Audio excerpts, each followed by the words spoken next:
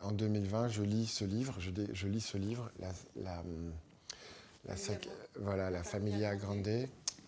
Je ferme la dernière page et je me dis, mais c'est pas possible. Moi aussi, j'ai le droit de parler. Après avoir été abandonné par la brigade des mineurs, enfin, pas par la brigade des mineurs, par la justice. Et j'en parle autour de moi, à mes proches, mes amis, mon réseau, qui me disent, Olivier, avant d'engager une poursuite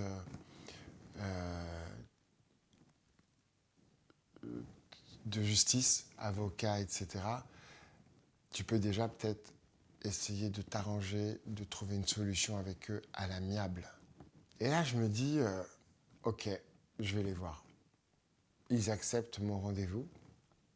Gérard Louvain et Daniel Moine? Oui, acceptent de me rencontrer dans leur maison, dans le sud de la France. Donc je les avais tous les deux en face de moi et je dis, voilà, on va parler de mon enfance.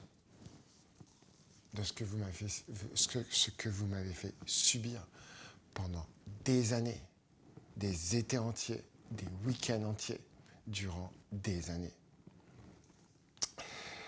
Et là, j'ai Daniel qui reconnaît, avec un Daniel, tu te souviens, à Boulogne-Billancourt, ok.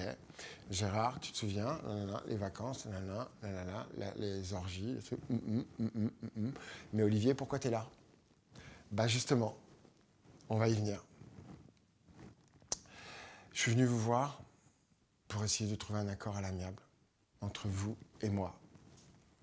C'est pas pour leur taxer de l'argent, c'est que je demande une réparation pour un préjudice subi. Vous comprenez, Clarisse?